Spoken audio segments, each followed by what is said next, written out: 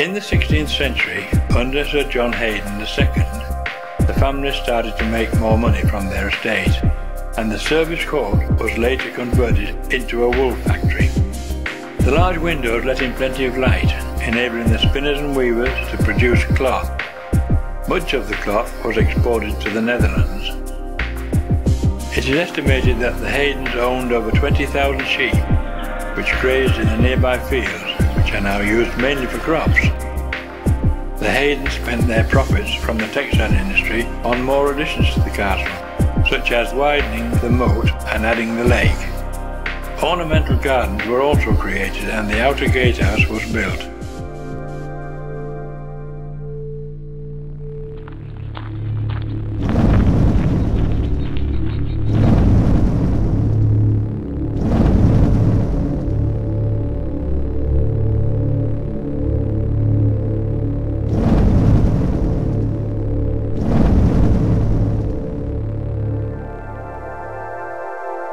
The outer gatehouse was the last area of the castle to be occupied by descendants of the Heydon family until about 1920, when one of the original two towers collapsed.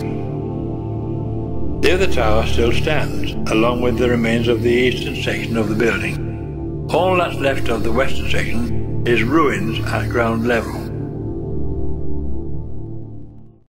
This is a digital reconstruction of what the outer gatehouse may have looked like in the 18th century, based on an engraving from 1781.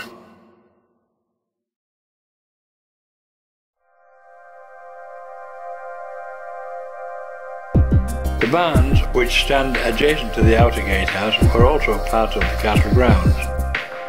Opposite these stood a row of cottages, and this formed an outer courtyard. Baconsthorpe Castle isn't without its hauntings and poltergeist activity.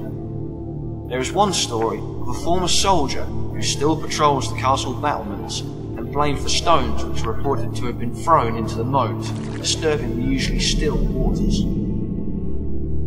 There is also a legend involving a secret underground tunnel which originates from somewhere within the castle, crossing the moat. Some sources say it ran for 8 miles, connecting to the basement of a merchant's house, which is now known as the Guildhall in Blakeney, on the coast. Other sources say it connected with the village of Baconsthorpe, acting as a secret escape route if the castle was under siege. However, investigations proved the tunnel ran no further than the moat and was part of the castle's sewer system. Today, Baconsthorpe Castle is a Grade 1 listed building and scheduled monument, owned by English Heritage, who have made it completely open to the public. The site is about half a mile north of the village of Baconsthorpe and is accessible via a single-track concrete road.